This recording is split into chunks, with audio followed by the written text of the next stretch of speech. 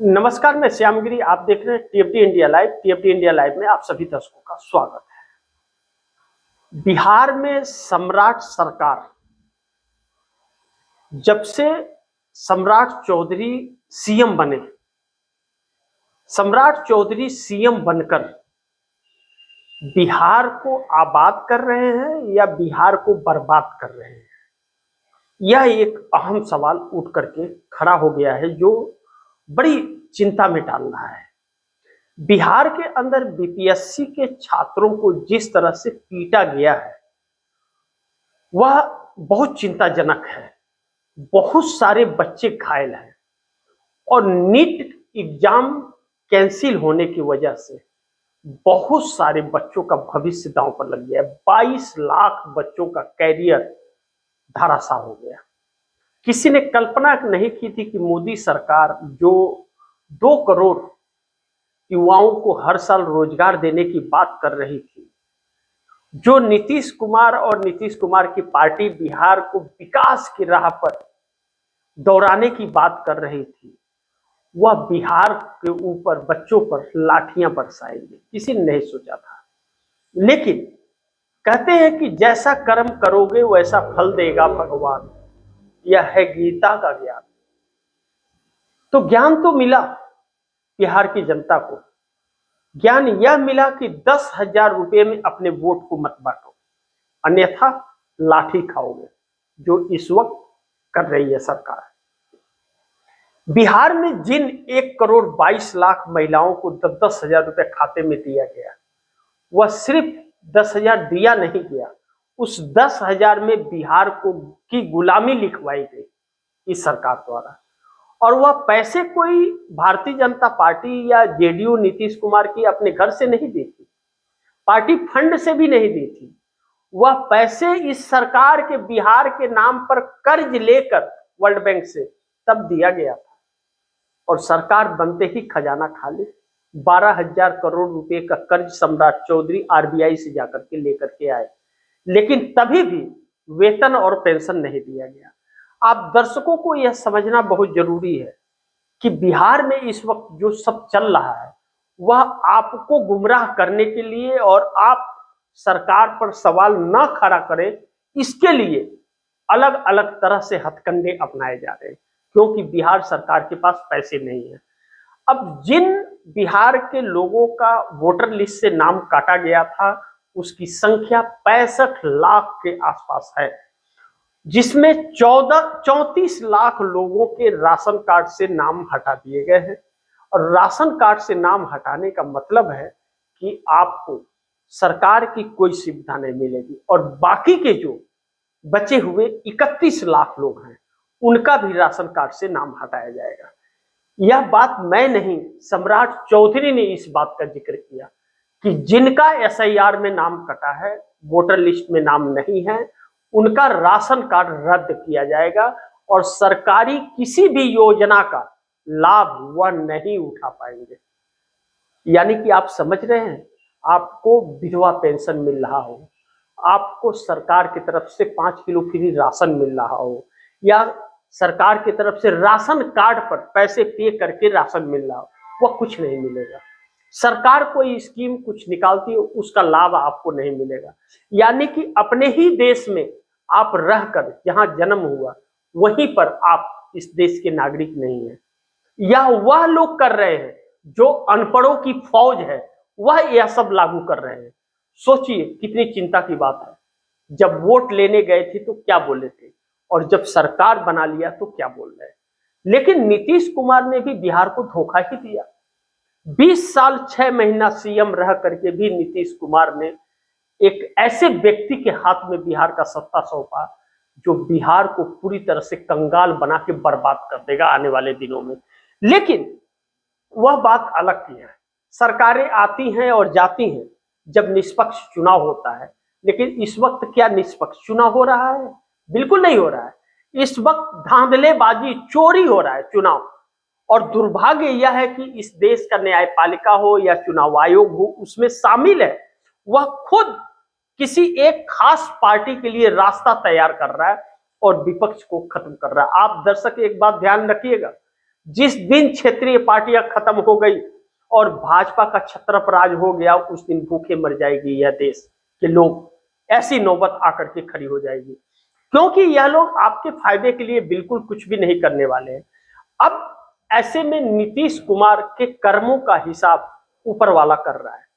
85 विधायक और 12 सांसदों की ताकत होने के बाद भी नीतीश कुमार के हाथ झुनझुना लगा, हर कीर्तन कर रहे हैं।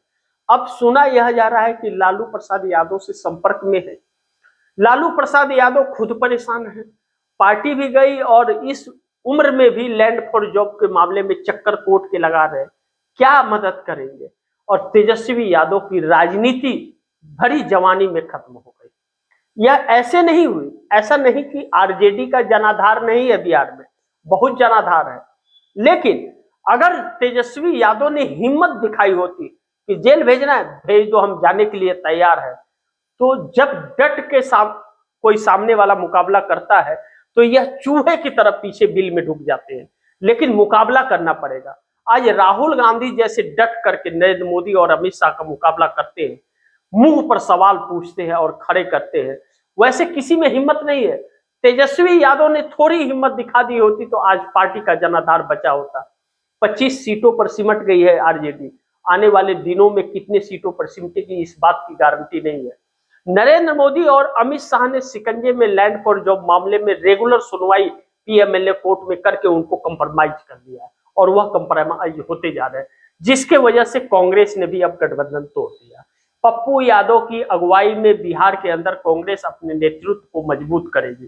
प्रशांत किशोर के साथ गठबंधन की बात कही जा रही है, और लेकिन ऐसे में एनडीए का अहम सहयोगी दल जेडीयू, उसके अंदर भी जिस तरह की चर्चाएं चल रही है, आने वाले वक्त में भारतीय जनता पार्टी का साथ छोड़कर उन्हें कांग्रेस के साथ गठबंधन करना पड़ेगा, अन्यथा भारतीय जनता पार्टी उस लायक उन्हें छोड़ेगी भी नहीं। लेकिन एक महत्वपूर्ण बिंदु है कि ऐसा होगा नहीं, जैसा मैंने नीतीश कुमार के बारे में कहा।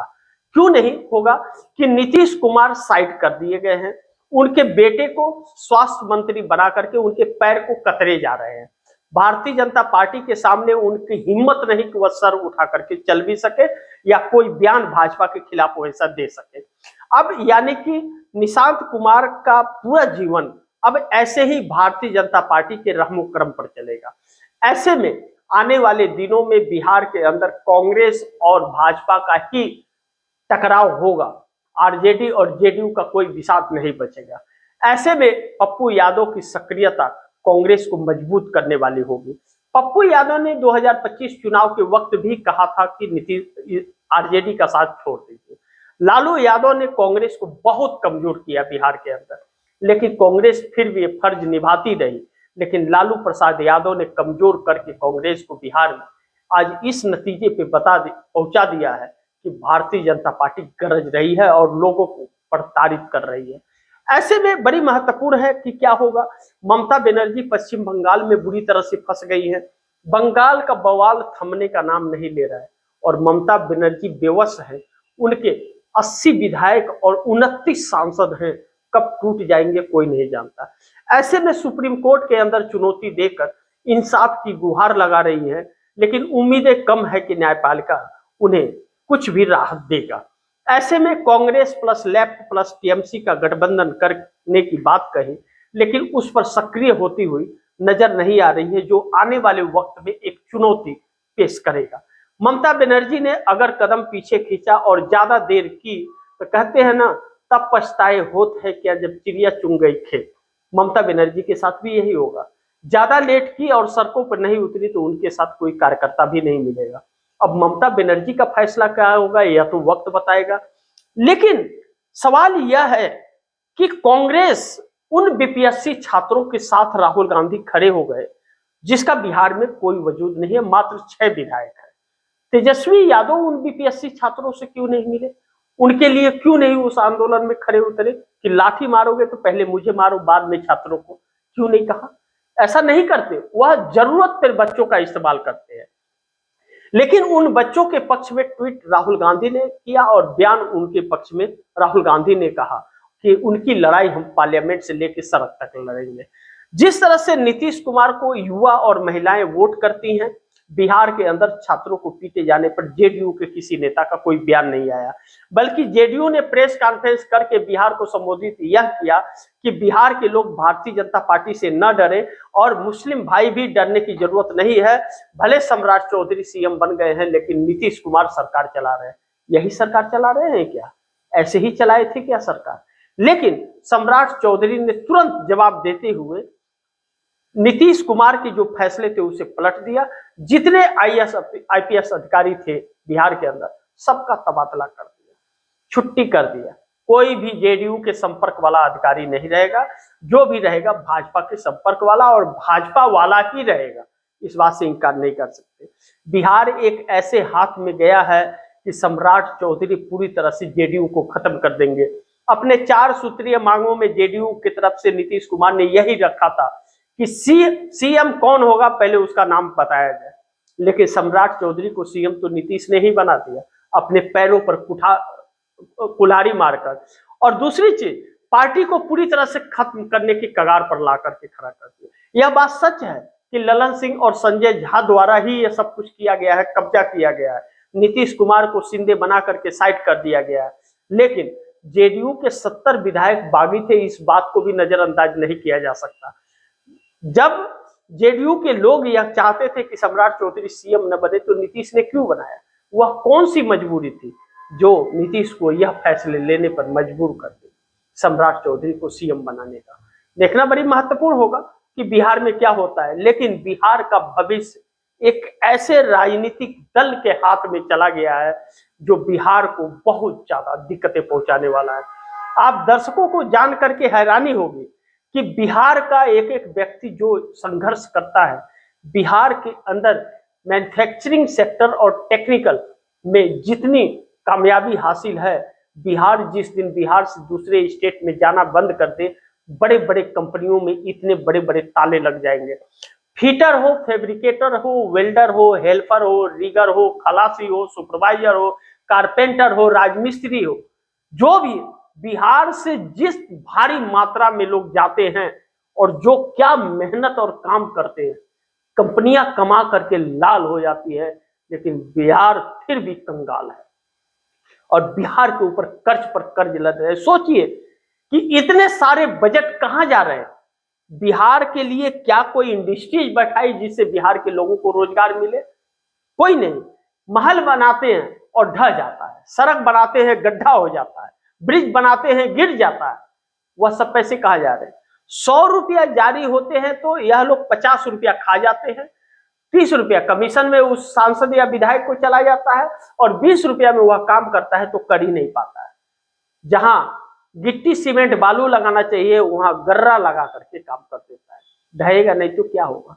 सिर्फ जनता को बेवकूफ बना रहे हैं नेता, और कुछ भी नहीं है। जिस देश में शिक्षा स्वास्थ्य की बात होनी चाहिए, रोजी रोजगार की बात होनी चाहिए, महंगाई पर काबू पाने की बात होना चाहिए, उस देश में आर्थिक लॉकडाउन लगने जा रहा है। प्रधानमंत्री कहता है कि सोना मत खरीदो तो बाइक मत चलाओ, कार मत चलाओ, बस से चलो, ट्रेन से चलो, मेट्रो से चलो, साइकिल से चलो। उन कारों की किस्त क्या इन नेताओं के पप्पा देंगे? जो कर्ज लिया है लोगों ने वह नहीं भरा तो क्या इस सरकार के पप्पा देंगे? कौन देगा? इसकी बात नहीं करते। लेकिन फिर एक बार आर्थिक लॉकडाउन का इंतजार कीजिए और महंगाई से आप अपनी कमर टूटने का और नसीब पर पत्थर घसने का के लिए आप तैयार रहिए। यही दिन जल्द आने वाला है। बाकी आप दर्शक क्या सोचते हैं? आप दर्शकों की क्या राय है, क्या सुझाव है, कमेंट बॉक्स में जरूर दीजिएगा। इस खबर को ज्यादा से ज्यादा शेयर कीजिए, अपने दोस्तों को भी कहिए आगे शेयर करें। और आपने अगर टीएफडी इंडिया लाइव को सब्सक्राइब नहीं किया है तो सब्सक्राइब कर लीजिए, अपने दोस्तों को भी कहिएगा सब्सक्राइब करें। मिलते हैं अगली खबर के साथ, तब तक के लिए नमस्कार।